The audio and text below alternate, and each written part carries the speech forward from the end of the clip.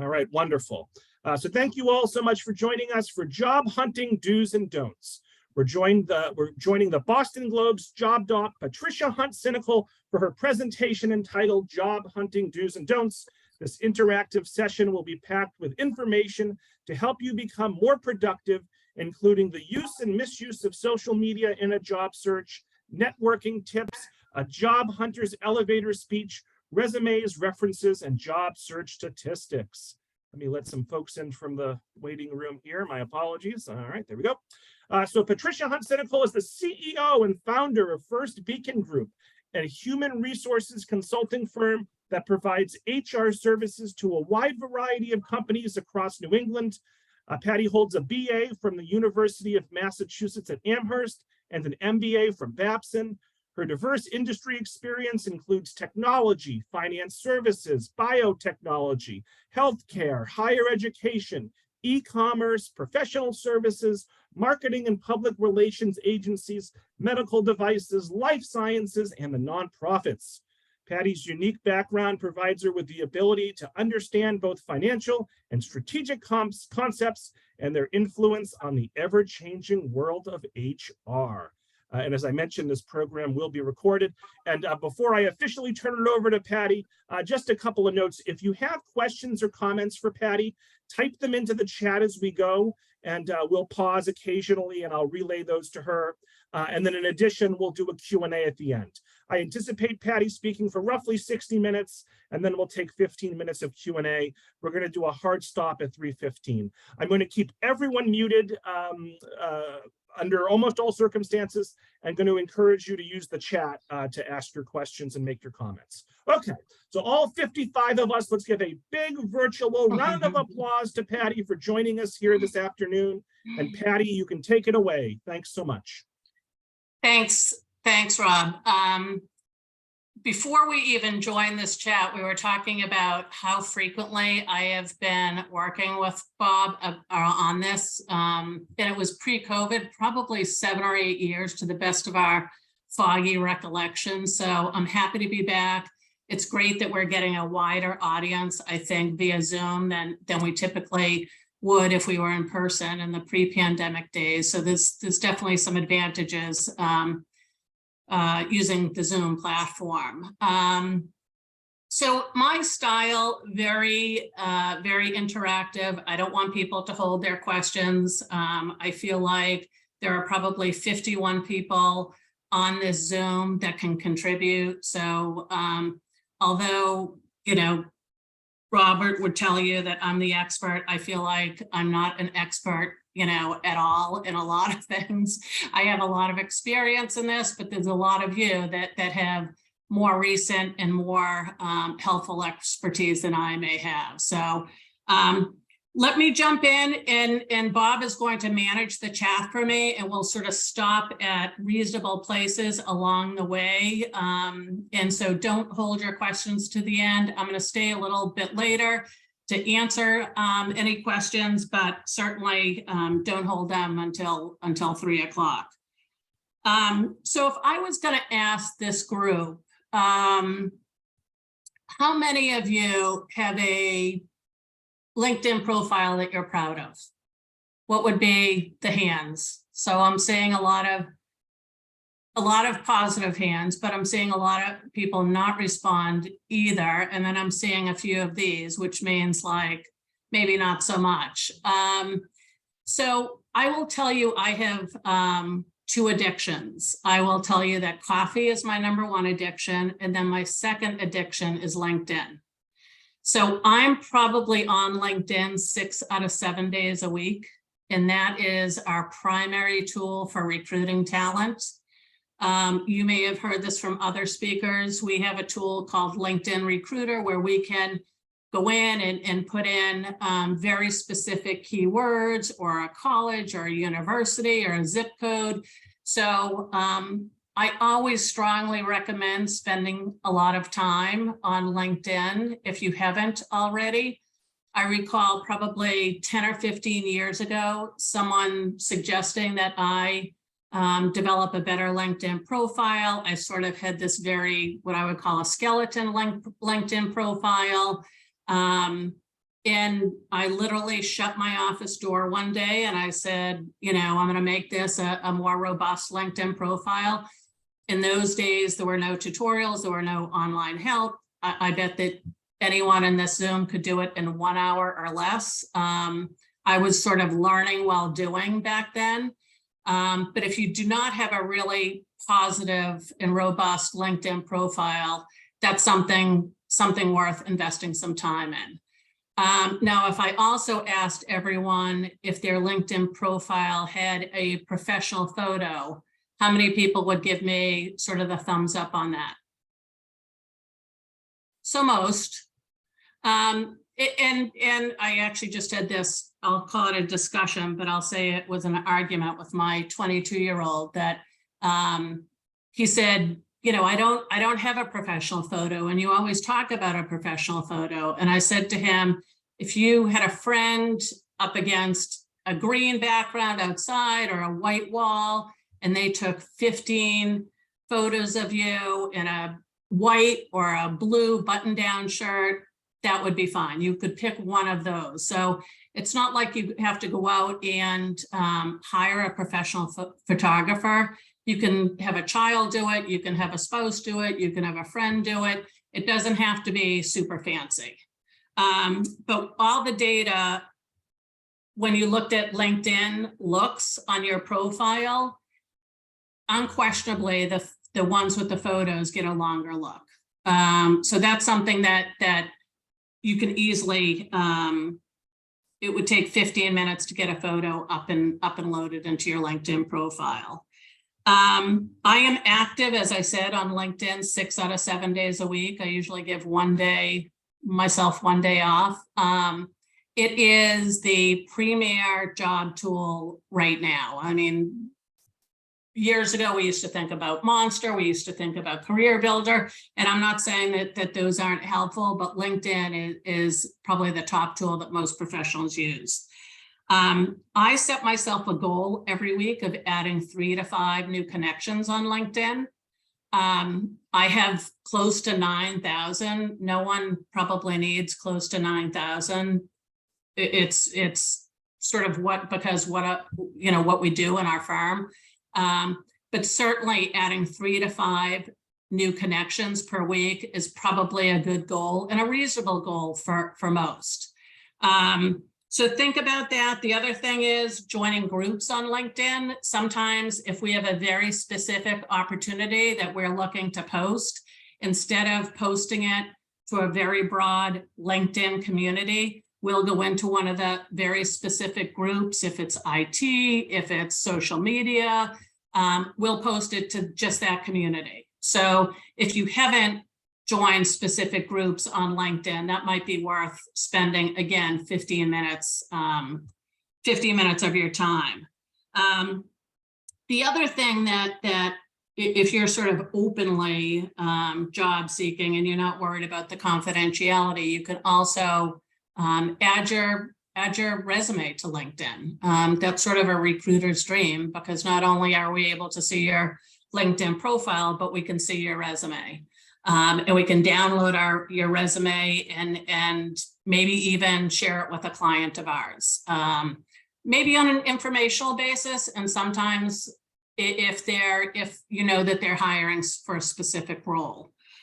What has been the experience of the folks on the Zoom? What job boards have been helpful and what job boards haven't? And by job boards, I mean either professional associations, LinkedIn, Career Builder, Indeed, anywhere where you could find an online opportunity. What have folks said the most? Okay, Idealist. We see that a lot for nonprofits. So that's probably the premier posting site for nonprofits, for sure. And what other, I mean, some of the ones that we use NERA for HR roles. We use Mass Medical Device has a great job posting system. Mass Biotech is another one. You know, someone had mentioned Monster and Dice. Actually, Dice is a great one that I should have mentioned too. Those are really for more sort of technology, development, IT, software engineering, but that's a great tool as well. Any that we haven't mentioned that we should have mentioned? Because again, I want to share some ideas here, because I may not have all the answers to everything for sure. Several folks typed Indeed, Patricia. Okay. And then we have someone saying Glassdoor. Okay. All right. And Glassdoor is sort of up and coming. I mean, Glassdoor, I always think of Glassdoor as being a great resource if you want to hear feedback from employees or former employees about a company, but Glassdoor is sort of up and coming. And I'm seeing Flex Jobs. We're using that for one of our opportunities right now. And I think someone earlier had said ZipRecruiter. So we've used both of those as well. What about, how do you connect with a search firm that you feel like represents your career interests reputably, honestly, and candidly? How do you get the names of those search firms? And are there ones that you gravitate towards, or are there ones that you've learned to stay away from?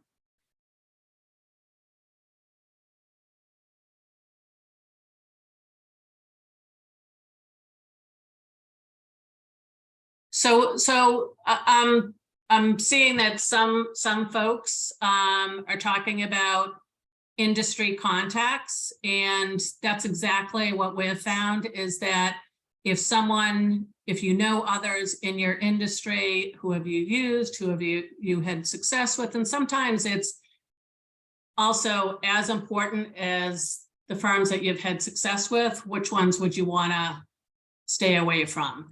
And Suzanne just mentioned that, she's had some good experiences with recruiters who have reached out to her via LinkedIn. So I would suggest that you network with people in your industry, whether you're in media, whether you're in biotech, whether you're in life sciences. And yes, I'm sort of saying that, search firms, for me, are interchangeably with headhunters and recruiters. So good question that I just saw pop up.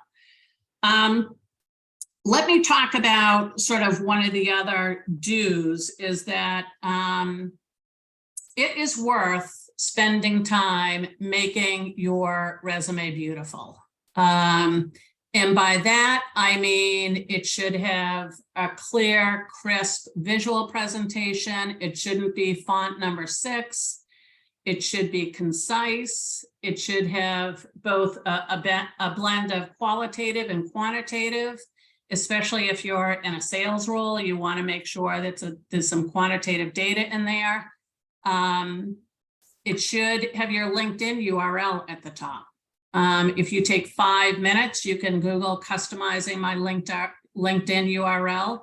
If you just accept the one that LinkedIn assigns you, it's a lot of digits, it's a lot of characters at the end, and you can certainly customize that for your job search, and we recommend that.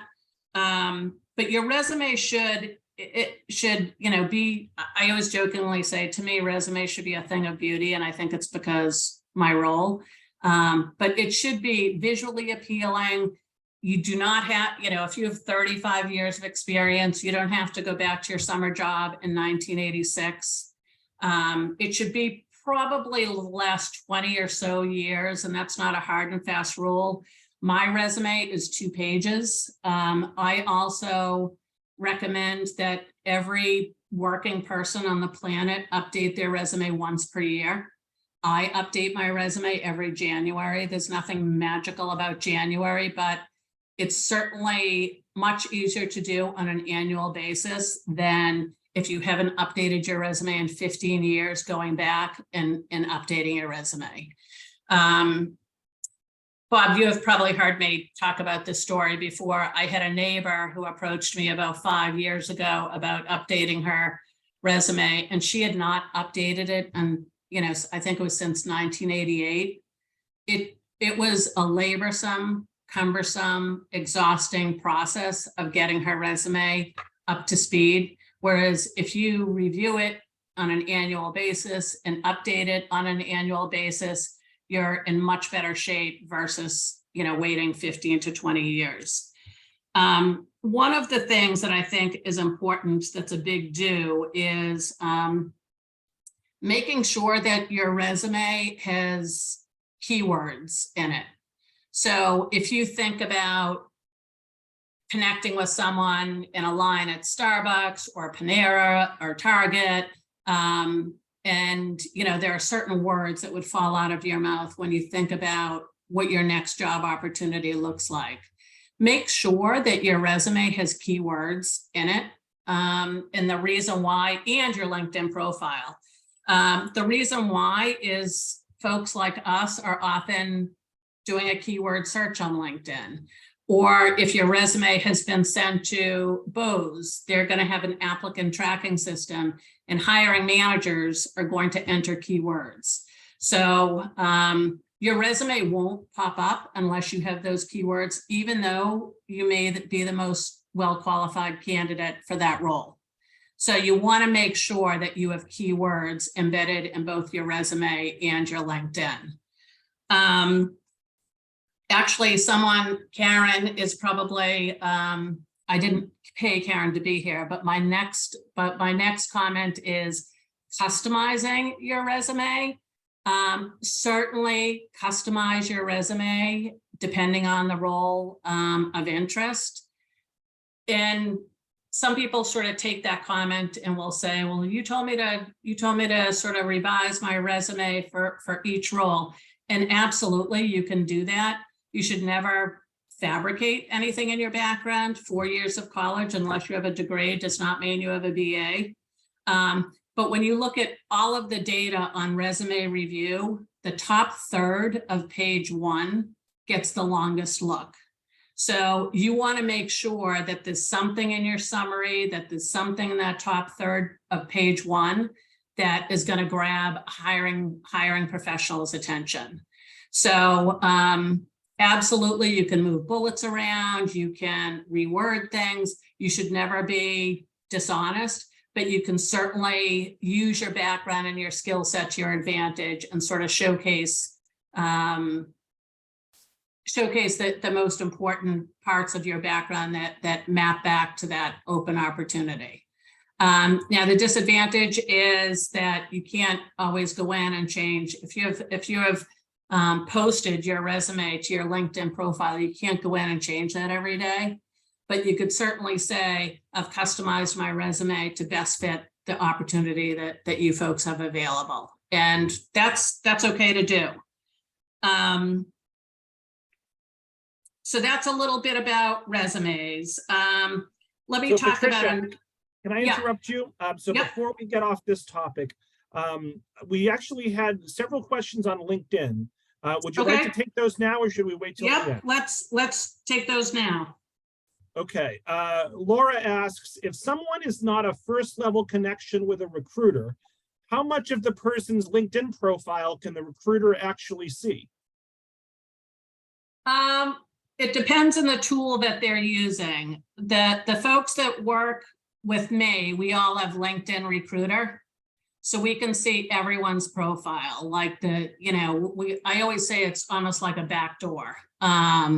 So if you have posted just sort of a very thin overview of your background, that's what we see. If you have posted a very robust overview of your background, that's what we see. And I would say 85–90% of recruiters out there have, one of the LinkedIn Recruiter tools. So most of us can see exactly what your profile looks on LinkedIn, which is why I sort of have hammered that, the comment about making sure you have a robust profile. Because if someone has a really skinny profile, we might not call them because it's not giving us enough information. And we're moving on to candidate number 2 when we do our searches. Sandy asks, how long after you leave a job can you still list present on your profiles, on your LinkedIn profile, and on your resume? I would say about a month. I wouldn't push that too much further, or else it feels a little bit deceptive. But if you left an organization January 3rd, probably by the first week of February, you should probably update it. Now, the other recommendation, when I redo someone's resume, not for someone that's 5 years out of school, but for folks that have been in the workforce for 10, 15, 20 years, I actually recommend that you drop off the months. So instead of July 2002 to, August, 2020, I would recommend that you do 2002 to 2020. Because I think it looks a little bit smoother. I think it looks a little bit cleaner. Now, if you had 3 years of experience, I would say that you have to put the months on there because it becomes, more important. But if you've got 10, 15, 20 years of experience, I would not include the months. And did I answer your question or no? I know you did. I think so. Okay. And then, so just jumping back to the first question I asked. So if LinkedIn recruiters are using that LinkedIn recruiter tool, they can see someone's recommendations on LinkedIn as well, and all the other areas on their profile. For sure. Yep. Yep. We can see the recommendations. We can see if you've posted a resume, we can see that. We can see the connections, all of that. You had mentioned, go ahead. What I like about it, I'll just add this little PS, is that you can't tell if I've looked at your profile. So you know how typically on LinkedIn you can say who's viewed your profile. When you use LinkedIn Recruiter, you can't tell that we've looked at your profile. So that's a little PS, inside scoop. Oh, I like that. Patricia, I'm learning all these things. So Jackie asks, so you had mentioned we should aim as like a goal to maybe connect with 3 to 5 people a week. You said that's reasonable on LinkedIn. So Jackie asks, should we be connecting with people on LinkedIn who we don't know? And how do we choose who to connect with? So it's always a little bit easier to connect with folks that like they'll accept your connection. If you're just Joe Smith and they don't know you and they've never met you, that's a little bit more difficult. We do it all the time, but a lot of folks are much more guarded about LinkedIn. If you have a connection in, the both of you have a shared connection, that's a little bit easier.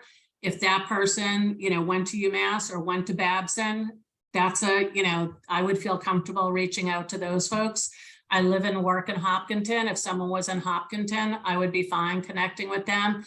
There's usually some type of common thread. I will tell you, usually after I end Zooms like this, I get about 50 requests for a connection, and I'm fine with that. I do try to share opportunities on LinkedIn a couple of times a week, whether they're opportunities that we're working on or someone else is working on, because I do think in this world, there is such thing as karma. And so I do share opportunities that we don't make $1 off of, but I'm fine with that. I'm fine with that. And there are other folks out there that share our opportunities as well. So Denise and Basil kind of asked similar questions. Basil asks, how redundant should the resume and LinkedIn profile be? So there definitely should be synergy. I would say, this is sort of a percentage that I'm grabbing out of the air, but 85%-ish. If you have different dates on your resume versus LinkedIn, we're going to look at that and say something's up.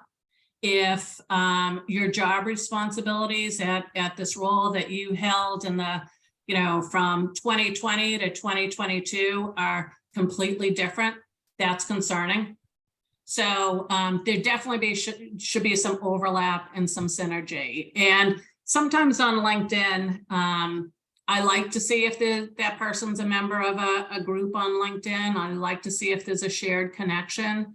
So LinkedIn should sort of confirm what we've seen on your resume or vice versa. All right, so a few more questions, then we'll move on because I know that Patricia has a lot of content. Karen asks, how important are current recommendations on a LinkedIn profile? So we review them. I won't say they're the be all and end all. None of our clients would look at those as a substitute for professional references. It's helpful because it adds a little bit of detail to a candidate and who they are and what their capabilities are. But, there is this, I don't know whether people are still doing this, but probably 5 or 10 years ago, there was the sense of, well, you write something on my profile and I'll write something on your profile. So it doesn't feel like that's sort of an authentic comment on a LinkedIn member's capabilities.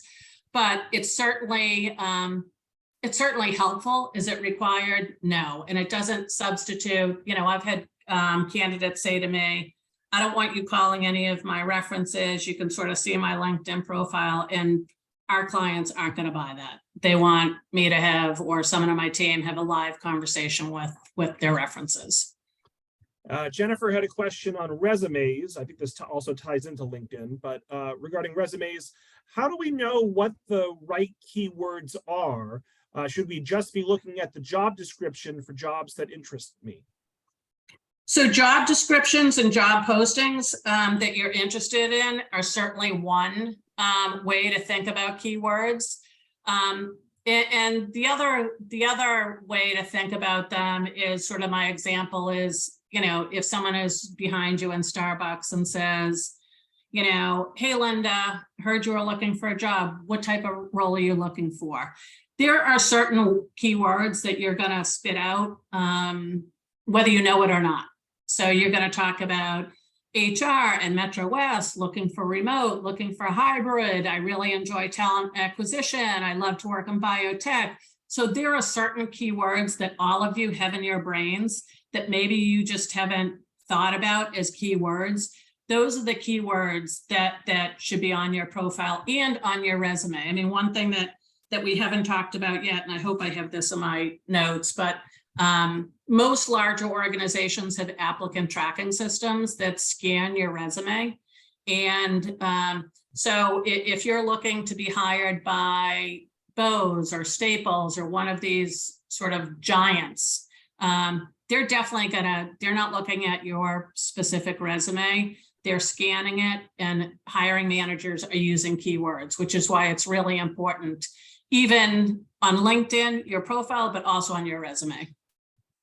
Iman asks, do you recommend any businesses that can improve resumes? Do you have any go-to resume coaches or whatnot? Yeah.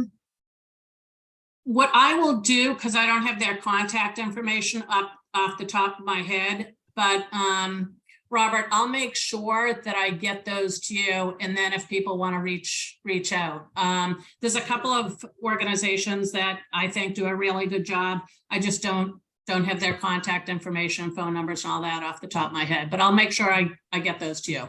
All right, final question, I promise. So in between LinkedIn and resumes, you asked the audience about recruiters.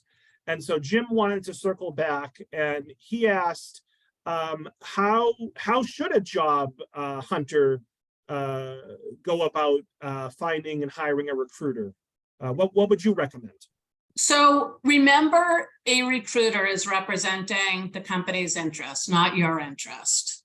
So buyer beware, there's great recruiters out there and there's sleazy recruiters out there. So you, as a candidate, you have to be really mindful and almost interview them as much as they're interviewing you. And it's fine to say, how are you compensated? How long have you worked with this client? Tell me a little bit about your style. Tell me a little bit about the selection process. It's perfectly fine to ask all of those questions. I always say that your professional network will guide you to who the best resource is. So if you're in higher ed, there's recruiters that have a focus in higher ed. If you're in biotech, there's a recruitment firms that focus in biotech. So definitely reach out to your professional network and say, ask, who have you used? And again, who have they had bad experiences is sometimes just as important as who they have had positive experiences with, because you don't want to engage with a firm that may have been less than reputable. All right, Patty, I think I've exhausted the questions. We might have skipped one or two, but why don't we move on? Okay, all right. So the elevator pitch, I mean, that's really important. If you're running into someone at Starbucks, if you run into a neighbor while you're walking a dog and they say, John, what are you looking for? You should be able to, in 30 seconds or less, summarize what you're looking for and a little bit about your background. I always say, I guess I'm old school, I still use 3.5 by 5 cards. Start with a 3.5 by 5 card, write it down. It's not going to be perfect the first time. Edit it, improve it, practice it on a dog, a spouse, a daughter, a brother. And then it should sort of flow off your tongue a little bit more smoothly than the first time. But you should be ready to go with that when you're walking your dog, when you're shopping at Target, when you're doing your grocery shopping, when you're dropping off dry cleaning, because you never know where that next job opportunity is going to come from. So, and again, don't get nervous that the first version sounds choppy or doesn't sound professional. Your job is to really sort of refine it and sort of perfect it. Another do is, and this is going to sound like obvious, but it's amazing the number of candidates that we've spoken to over the years where it's not obvious, is lead with your strengths. We have talked to candidates that will tell us everything that they've done wrong over the past 10 years, will bash their former manager, will, drag their former employer through the coals. And it doesn't reflect positively on you when you're sort of so negative about a former coworker or about a former manager or employer. But lead with your strengths. And one of the questions I'm going to talk about in a little bit is every job seeker should be ready for the question that I think is the toughest one out there. And that is, tell me about yourself. Because it feels so broad, you don't know where to start. Let me when I get to sort of interviewing do's and don'ts, I'll address that because I do have that later in my notes. So I talked earlier about a resume. And so a resume should be literally a thing of beauty. None of us catch our own typos, have someone look at it, put it down, come back to it an hour later with a fresh set of eyes. It doesn't mean that you can't revise it as you move forward, but the last thing you want to do, I mean, I had an interview with a very senior level candidate yesterday at 5, and he submitted a resume to me and it had 3 typos on it.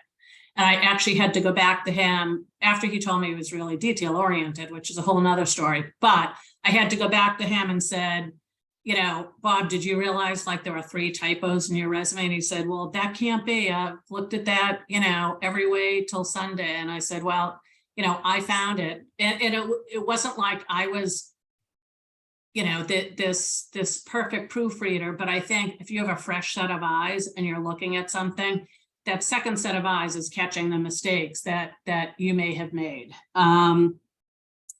So we have the resume, and that's a thing of beauty. We have a great pitch for yourself when you see someone in line at Starbucks or at Target. What is the dream for us is when, we're working on a general counsel role for a company in Cambridge right now.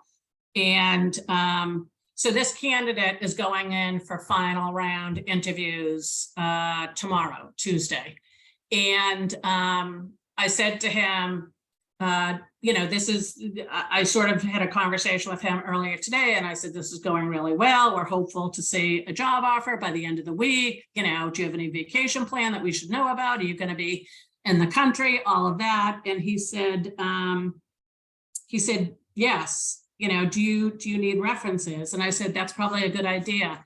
He emailed me this most beautiful 1-page list of references. It said professional references for John Smith. It had his email, his contact information at the top.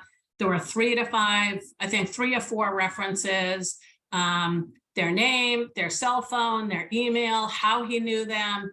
And I love when candidates make my life easier. And it's easy to do, right? I mean, it should have the same look and feel as your resume, because they're sort of one and the same, part A and part B of your candidacy. But it was such a pleasure that he was able to have that ready to go, emailed it to me, and it was flawless. And so, that's something that we really appreciate. So definitely after you finish your beautiful resume, provide, a 1-pager that has 3 to 5 professional references. No one wants to talk to, a personal reference, your neighbor. We all want professional references.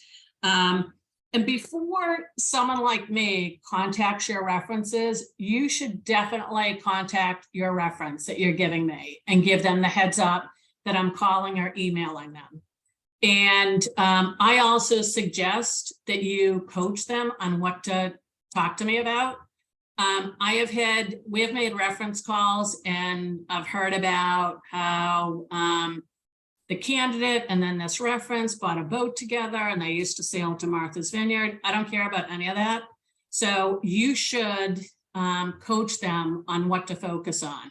So if your prospective employer is looking for social media and pay-per-click and customer engagement, you should make sure that I hear that from that reference. So I wouldn't want you to coach them on anything that you haven't done or isn't a capability of yours or a task that you've completed before, but you don't want them sort of going off on this tangent that's totally unrelated to you really getting a job offer.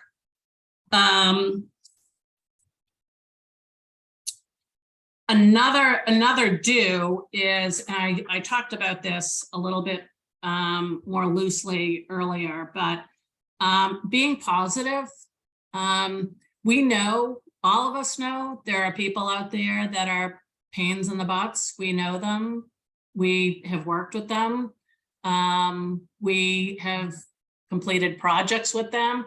The interview, whether it's Zoom or in person, is not the place to talk about how much you hated your last boss, how ridiculously stupid your last company was, that they, their strategy was all wrong. And this is not the place to sort of, go down a path of what you think was wrong with your former company or your former boss or your former colleagues or, your former clients.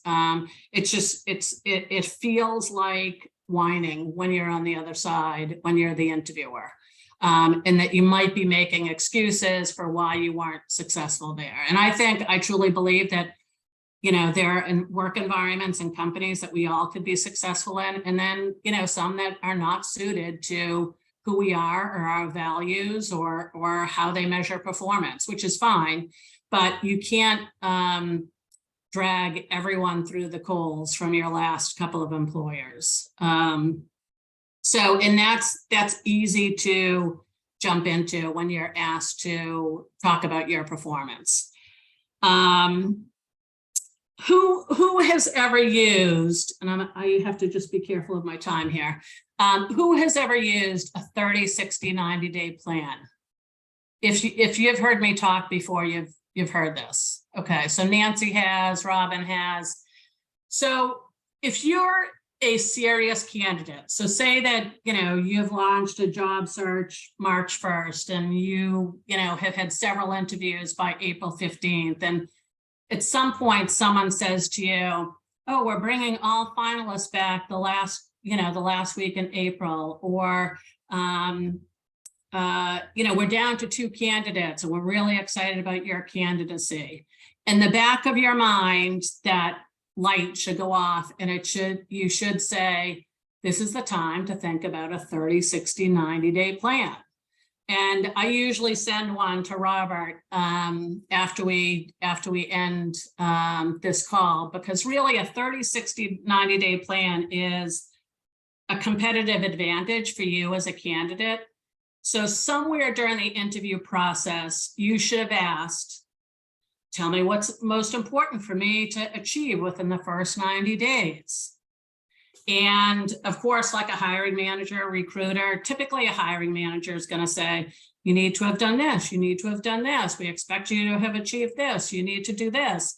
That's going to be the content for this 30, 60, 90-day plan. I won't say it's foolproof, but it certainly differentiates you in a very positive way from that other final candidate, or those two other final candidates.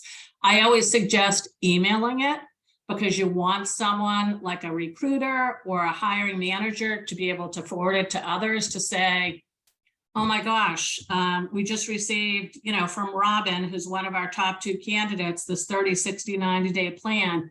Take a peek at it. And I don't think anyone's expecting it to be perfect, but it certainly demonstrates that you're very interested, that you're very serious. Of course, make sure, I always say, make sure it's a thing of beauty, make sure there's no typos, make sure it's well organized. It should not be War and Peace. I've had engineers send me this, after I've suggested that they develop a 30, 60, 90-day plan. They send me this thing that's 17 pages long and font number 4. No. No one wants to see that. It should be 1 to 2 pages maximum. It should be easy on the eyes. It should be bulleted.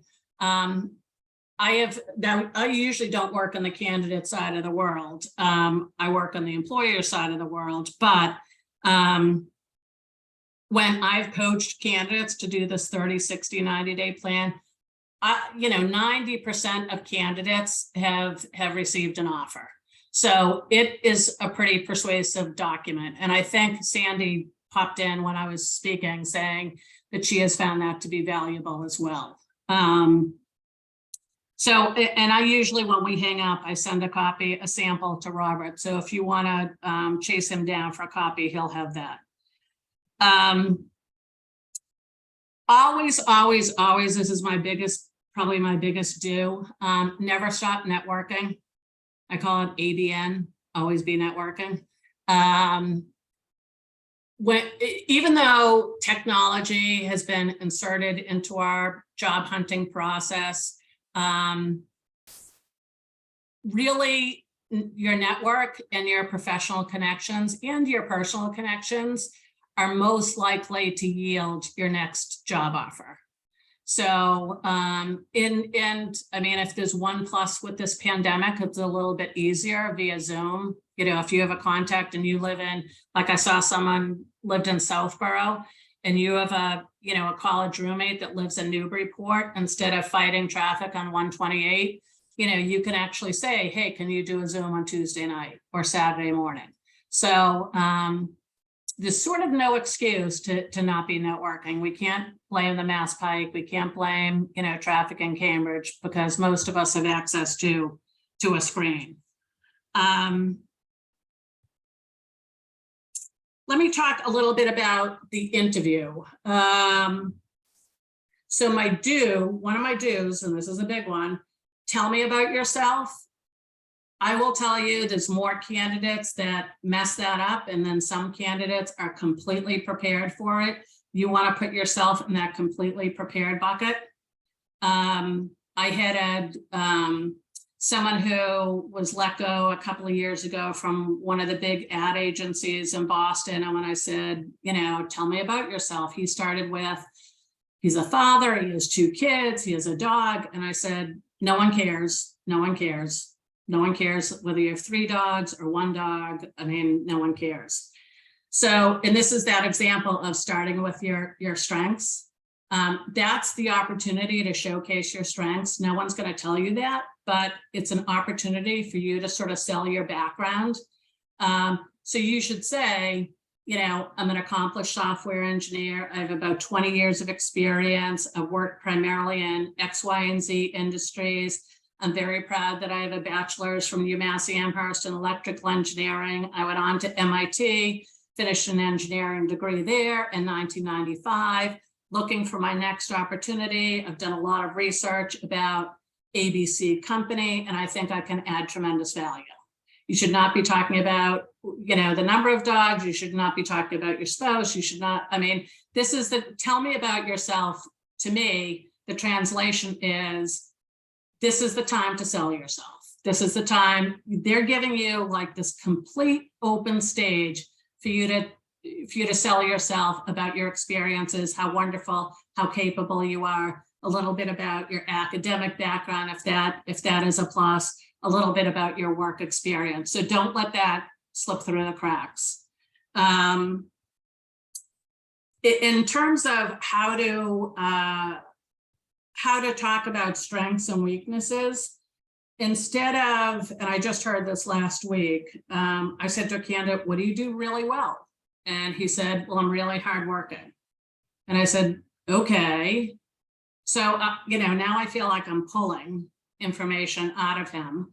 And what I would have wanted, if I was coaching him, I would have said, I'm really hardworking. I take pride in my work ethic. This trait has been mentioned in my last 2 performance reviews.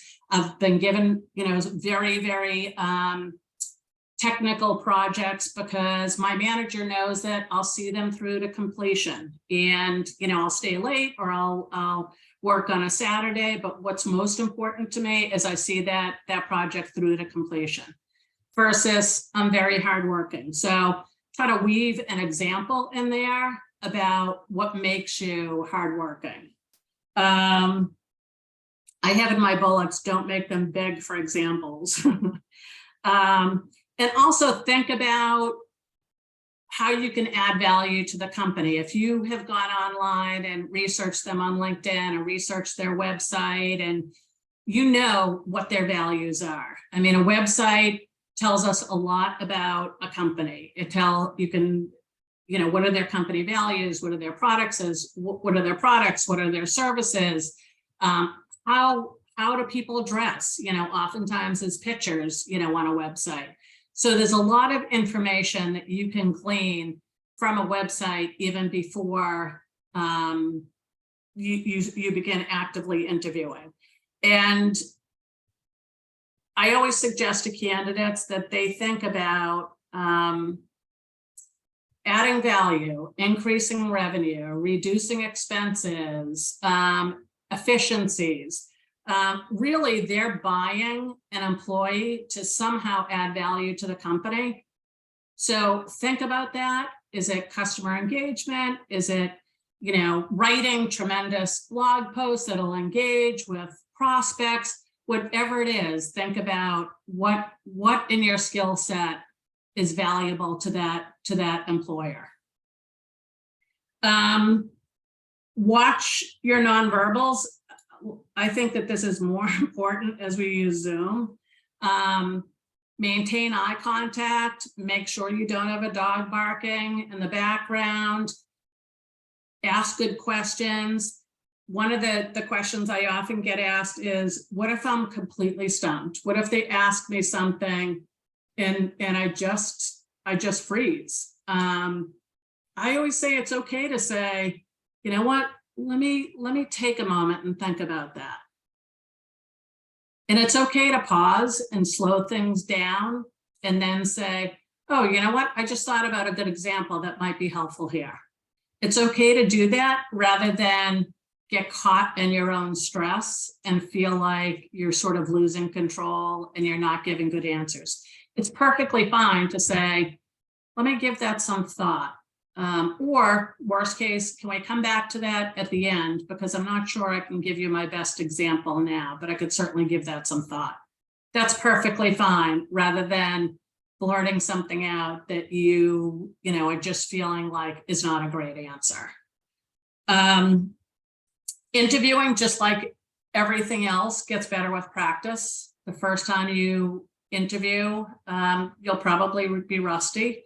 The second time you have a live interview, you'll probably be better than the first time, and so on. So it's perfectly okay to sort of practice some of these skills with a spouse, with a roommate, with a, brother-in-law, whoever it might be.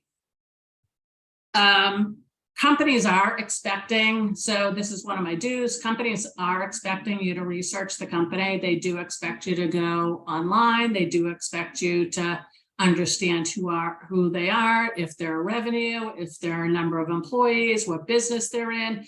They do expect you. And we've had a few hiccups with some of our clients where a candidate will come in and they'll say, he didn't even know what we did. Or my favorite is the thank you note that has another company's name, mentioned in the thank you note. So you want to make sure that prospective employer understands that you have taken the time to research the company. One of my other dues is match the interviewer's energy level. So if you interview with a head of sales versus a head of engineering, there's probably two different energy levels there. Whereas if you come off as very ebullient and bubbly and full of energy with a head of engineering, that might be too much for them. Whereas a head of sales might find an engineering candidate to be very sort of soft-spoken and introverted. So try to get a read on the energy level of that interviewer. Some of my don'ts, and I'm gonna be careful of my time here. I think I have 8 minutes, this is my biggest problem, is talking too much and running out of time here. Never say no to an introduction, because you never know where that might lead. So if you meet with a neighbor and the neighbor says, oh, my sister-in-law has this company in Cambridge and you should speak with her, you should, because it might not be her company, but she might say, actually, you're not suitable for us, but my college roommate has this company in Natick, and you would be perfect for them. I actually wrote my blog post today on the value of thank you notes. Make sure you send a thank you note. Email is probably best. I've only encountered maybe 1 or 2 clients in the last 20 years that values sort of a paper US mail thank you note. Don't take days. It should be within 24 hours. It should be customized. It shouldn't be just, dear Jean, thank you for the interview today. I appreciate it. I look forward to hearing from you. It should be a little bit more customized than that. It doesn't have to be 5 pages long. It should be 2 or 3 paragraphs long, but it should be pretty customized. It also is an opportunity to sort of further remind that employer of your background. So if you wanted to put 2 or 3 bullets in that thank you note and say, here are the, based on our interview this morning, here are the skills that I think would really add value to the organization. Here's one of my pet peeves, so that's why I have it on my don't list. This is like nails on a chalkboard for me. People that don't check their email daily, it just runs through me. We'll chase them, and they'll say, oh, I was in the White Mountains hiking with my friends for like an extended weekend. And, that's fine, but I've already moved on to, candidate B, C, and D. So, I do give people a pass for funerals and weddings and things like that. But when someone doesn't get back to us for 3 or 4 days, like that's a yellow flag. I'm not bragging about this because this is something I need to work on, but I work on the weekends. And if someone gets back to me on Tuesday and says, well, I don't check my email all weekend, and that's a problem, especially with smartphones. So you should be responsive and checking email on a very regular basis.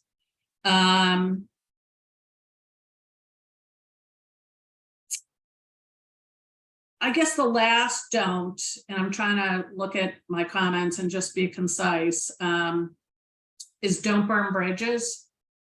So we've had a few instances over the past 20 or so years that it's been what I would call sort of a horse race. There's been 2 or 3 very strong candidates. The hiring manager makes a decision. It might be based on, the person lives in Newton and it's traveling to Cambridge versus the second candidate lives in Framingham. It might be like splitting hairs where the top 2 or 3 candidates all are very capable, all could do the job, all could do the job well. And then, the person from Newton gets the offer, the person from Framingham, we turn them down and say, you're, one of the top 2 or 3 candidates. And it was just a matter of, they were looking at, really sort of criteria that was probably like number 15, 16, or 17 down the list. But they had to make a decision.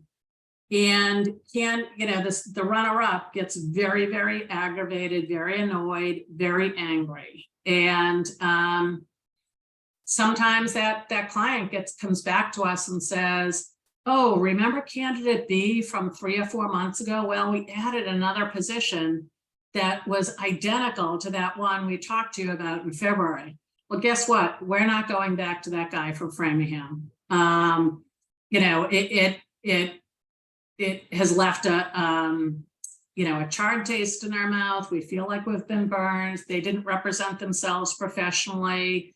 And we've had a few instances like that where someone could have been hired by that client, but now we're seeing a huge yellow flag, which we feel like we can't ethically represent that person anymore as a strong candidate.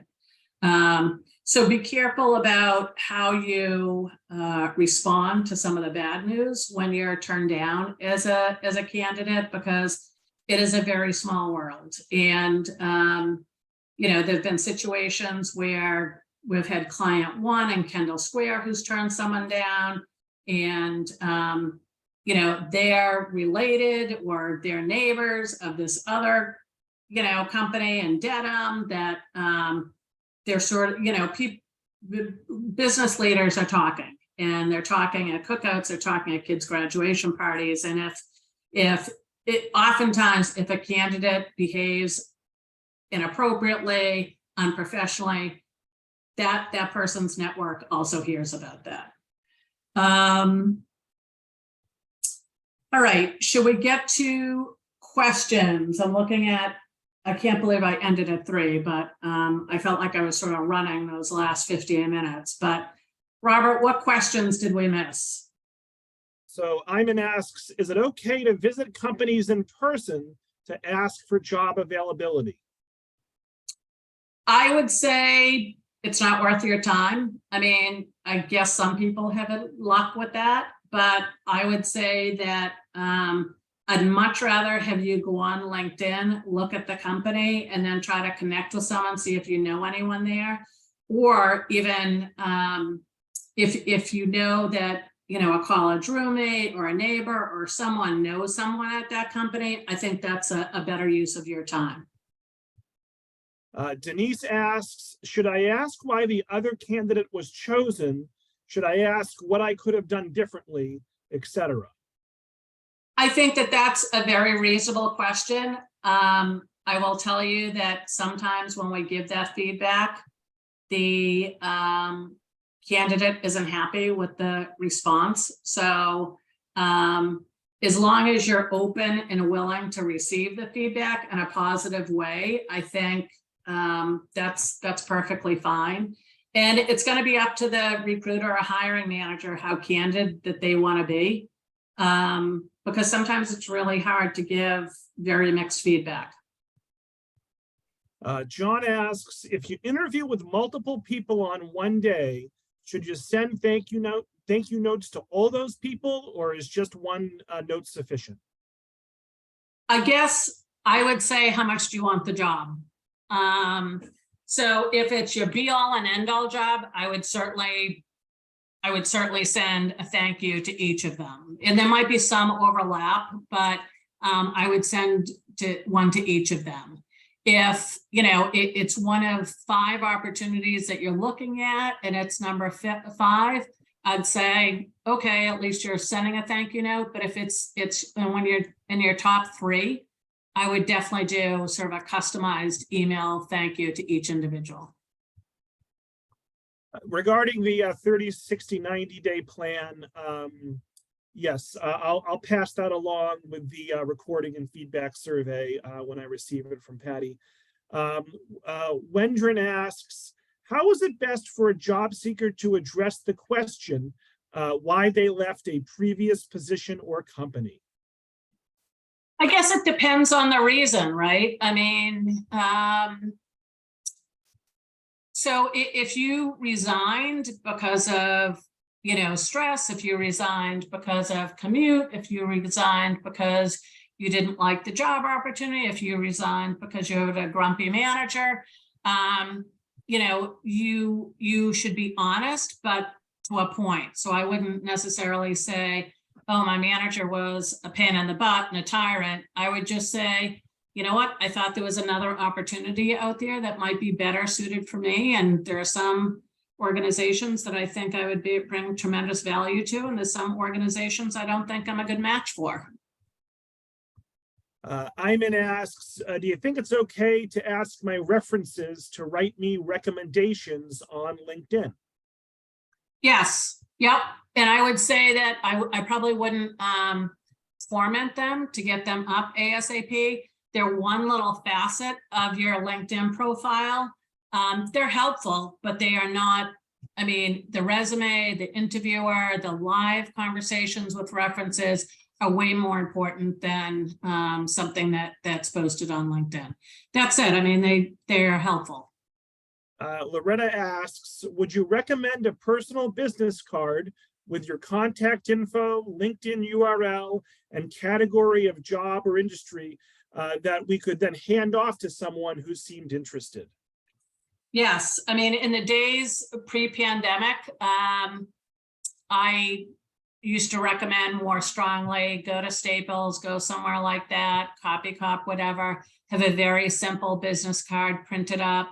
Because if you've ever been to these live networking events, you almost feel like we've all had that feeling that we leave our home without our phone. So you almost feel like you've left something because people are exchanging business cards and it feels weird and awkward. And sometimes you're using someone else's and you're putting your contact information on it or ripping up a piece of paper, and who wants to do that? So you can have very simple business cards printed. I like the LinkedIn URL. I like, the quick summary of who you are, HR professional, media professional, whatever it is. Some folks, put flowers and dogs and cats on them. Unless you're a veterinarian, do not put a dog or a cat on them. So I would just keep them simple. And also, I see a few people here have glasses on too. I can't see a size 8 font anymore. So don't include that in your resume and don't include that in a card, because if I can't see a card, it's not helpful.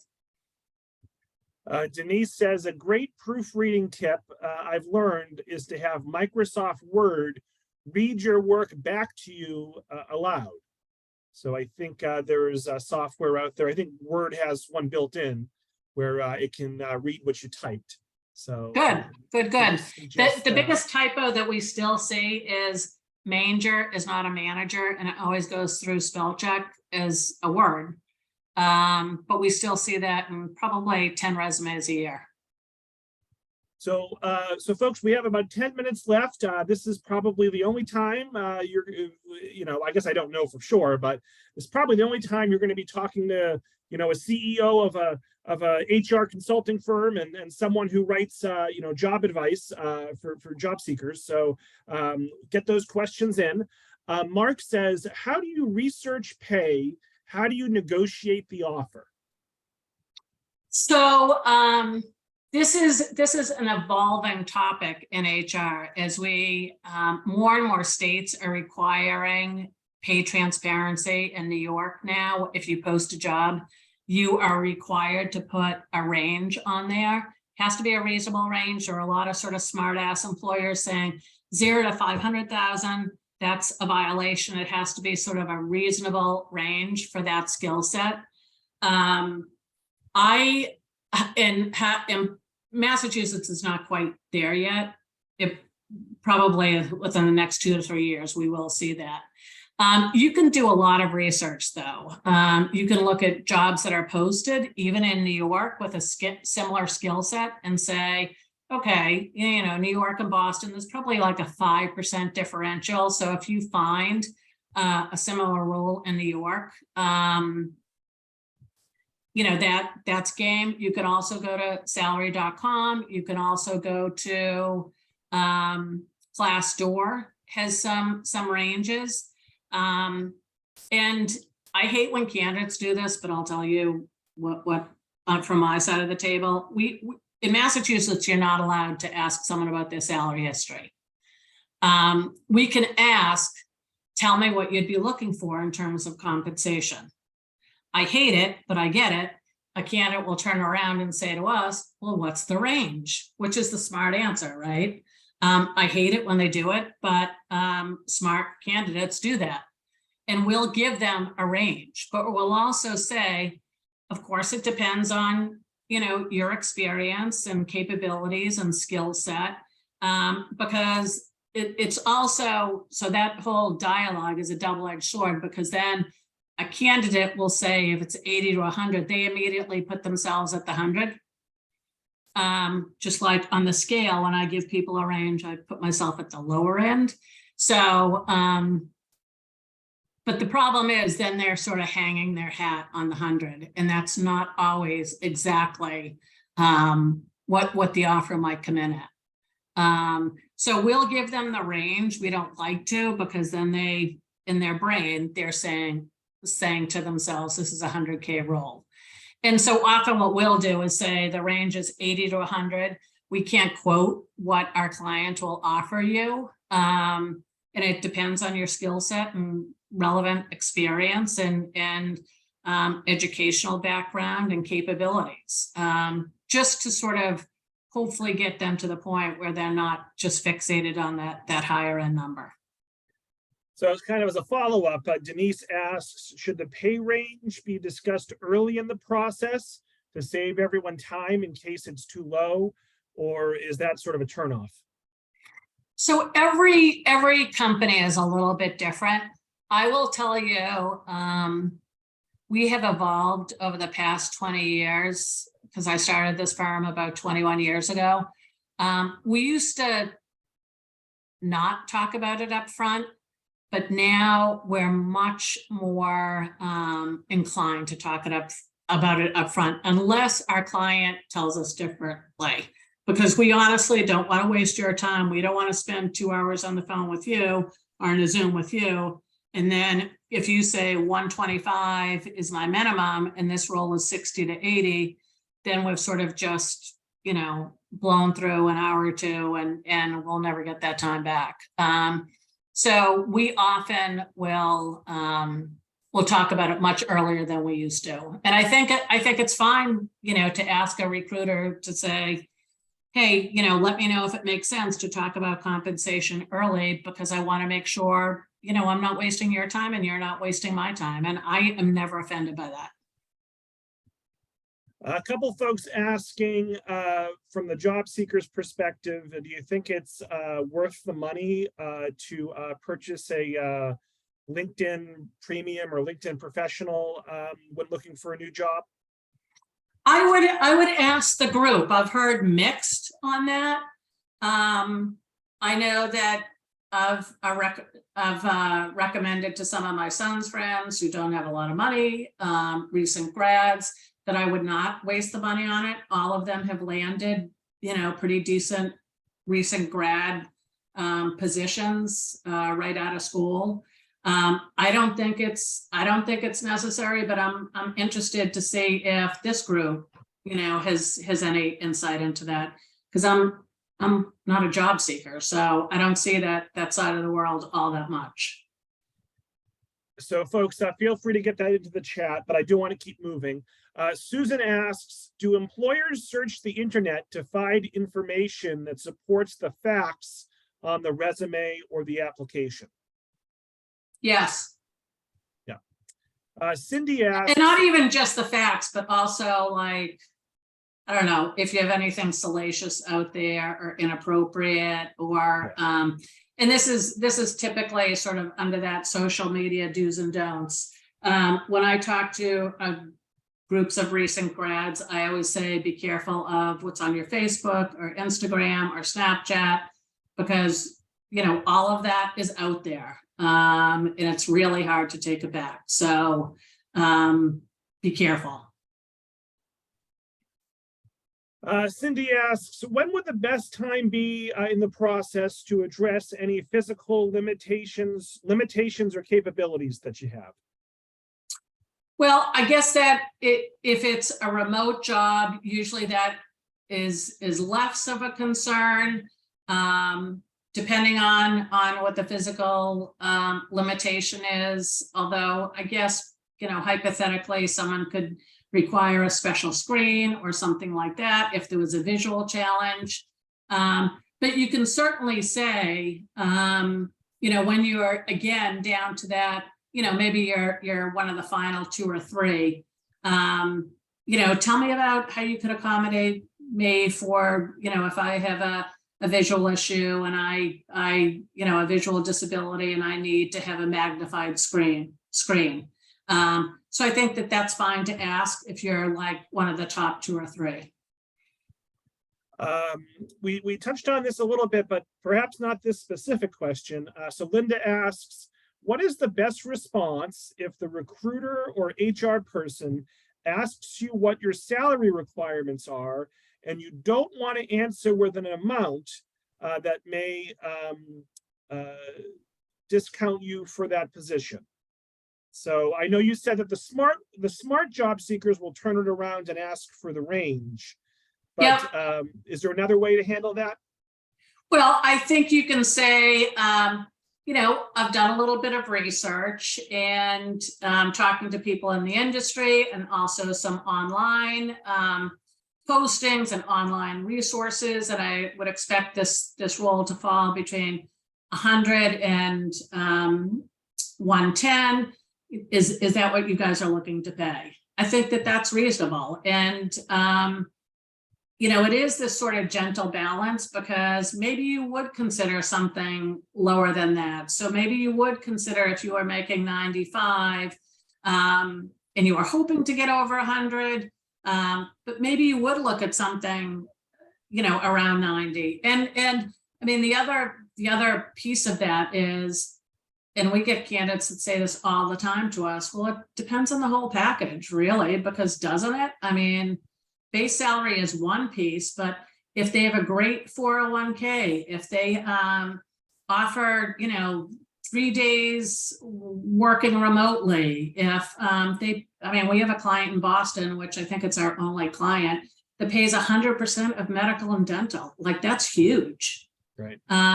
So I think that's another reasonable response. You know, well, it really depends on total compensation. Base is one part of it, but it's not like the complete picture. Right. And Randy sort of mentions that in his question, which I didn't have time to get to. But I did one more question, then we're going to wrap it up. And this is going to be a good segue for me. I apologize if I'm mispronouncing, but Heja wants to know, Patty, do you have any last minute tips for job seekers who are 50 and over? Age is but a number. I would say keep current. And, you know, if you're signaling that you're, you know, older and flexible, sort of all of those stereotypes, there are ways to counter that by your energy level, by weaving in comments like, I really embrace technology. I feel like I pick things up really quickly. I'm not willing to work hard.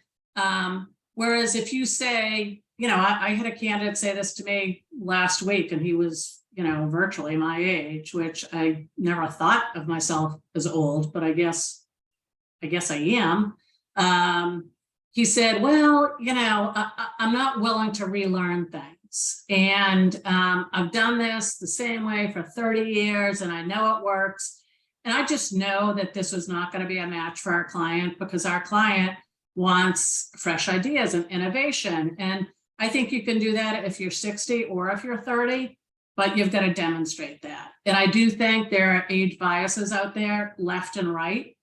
But I get back to energy level and, keeping skills current and sending a message of how you can add value to the company, because that's really why folks that's why they hire employees, right? I mean, they want to have value. Yeah. And I wanted to mention that in addition to this group, we have a group that meets every Wednesday, first and third Wednesday at 9:30, second and fourth Wednesday at 6.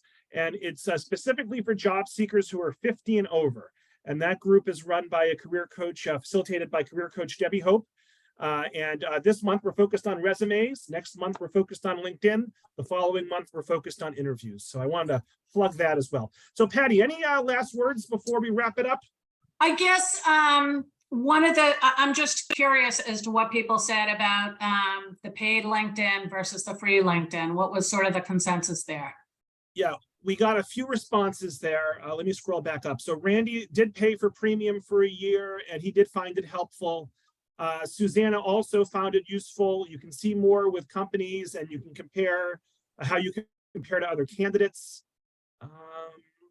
Okay, so it sounds like it's worth it.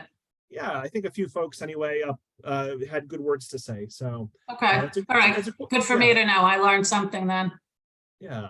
Becky also finds it useful as well. She's writing now. So, all right, so we'll wrap it there, folks. Look for an email from me later today with a feedback survey with this recording and with whatever Patricia wants me to pass on to everyone. Hopefully that 30, 60, 90 plan format template, whatever it is. And folks, next week we have Kelly Data coming in. She's doing a talk called Job Search Strategies 201.